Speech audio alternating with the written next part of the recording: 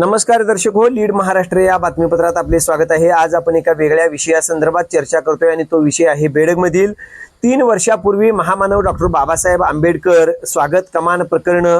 हे संपूर्ण महाराष्ट्रानं बघितलेलं आहे आणि आंबेडकरी समाजानं याच्या संदर्भात काढलेले लॉंग मार्च असतील किंवा न्याय मागण्याच्या संदर्भात त्यांनी जे वेगवेगळे आंदोलनं केली, उपोषणं केली, हे आपणाला सर्वश्रुत आहे, आपणाला सर्वांना माहिती आहे।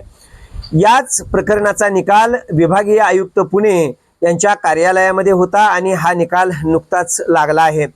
या निकालामध्ये सरपंच उमेश भाऊ पाटील व 17 ग्रामपंचायत सदस्य यांच्यावर कोणतीही कारवाई झालेली नाही। कारण 1959 चे ग्रामपंचायत अधिनियम 1959 चे 39(1) या कलमाप्रमाणे ग्रामपंचायत सदस्यांच्यावर, सरपंचांच्यावर कारवाई व्हावी असं आंबेडकरी समाजातील अर्जदार यांनी म्हटलं होतं आणि या संदर्भातच हा निकाल झाला आणि 17 ग्रामपंचायत सदस्य आणि सरपंच यांच्यावर कोणतेही दोष या केसमध्ये लागलेले नाहीत।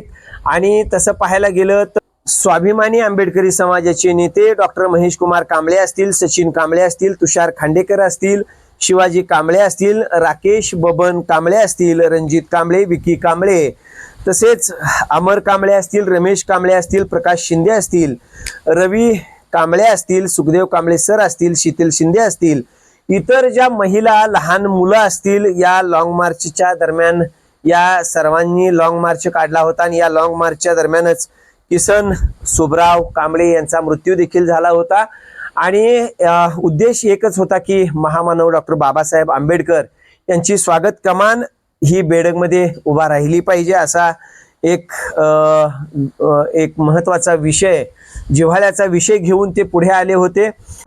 त्यावेळेला मुख्यमंत्री देवेंद्र फडणवीस यांनी सुद्धा याच्यामध्ये लक्ष घातलं होतं आणि त्यांच्या द्वारेच बेडगमध्ये महामानव डॉक्टर बाबासाहेब आंबेडकर यांची स्वागत कमान ही उभारली गेली होती।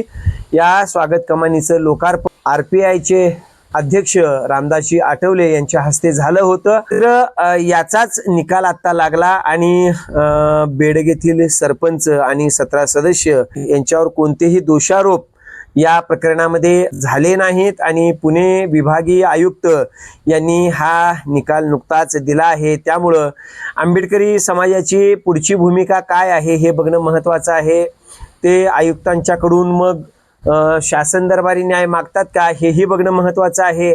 मात्र गेल्या काही दिवसापासून जर बघितलं तर कुठेतरी बेडग येथील आंबेडकरी समाजामध्ये सुद्धा गटतट निर्माण झाल्याचं एकंदरीत चित्र आहे। त्यामुळं या एकंदरीत प्रकरणाला इथंच स्टे मिळतो, थांबतं हे प्रकरण का याच्या संदर्भात ते पुढं शासन स्तरावर दाद मागतात हे बघणं फार महत्त्वाचं आहे।